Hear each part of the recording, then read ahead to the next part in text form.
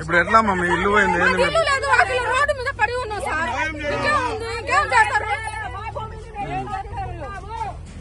అది కదమ్మా, ఇప్పుడు మీ ఇల్లు ఆల్రెడీ కూలగొట్టారా?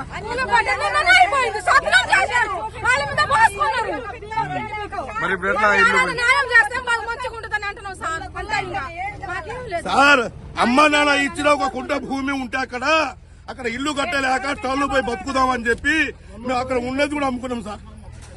అక్కడ అమ్ముకొచ్చుకొని మేము రేకులు, పైపులు, స్తంభాలు తీసుకొచ్చి మేము వేస్తే సార్ మొత్తం ధ్వంసం చేశారు.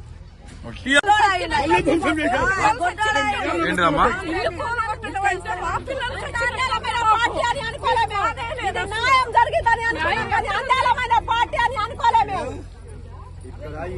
మేము భూమి చేసినప్పుడు దాకా నిద్రపోయిందండి గవర్నమెంట్.